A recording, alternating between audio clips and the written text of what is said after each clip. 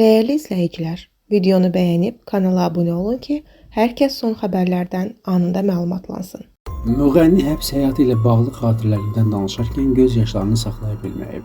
Xəbər verilir ki, o bildirib ki, yaşadıkları onun üçün çox ağır olub və həmin günləri unutmaq mümkün deyil. Bugün də o çətinliklərin təsirindən tam qurtula bilməmişəm. Hələ də sanki o hisslərin içində çabalayıram.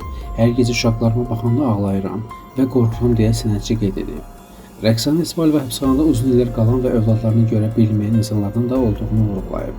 Onun sözlərinə görə bəzi məhbusların yanına ziyarətə gələn belə olmur. Orada elə insanlar var ki, bir neçə dəfə həbsxanaya düşürlər. Öz-özümə deyirdim ki, insan bir dəfə belə yeri gördükdən sonra necə yenidən ora qayıda bilər? Mən əslində saxlanma məntəqəsində olmuşam, amma orada da məhbus həyatı yaşanır. Sənətçinin bu sözləri sosial şəbəkələrdə geniş müzakirələrə səbəb olub.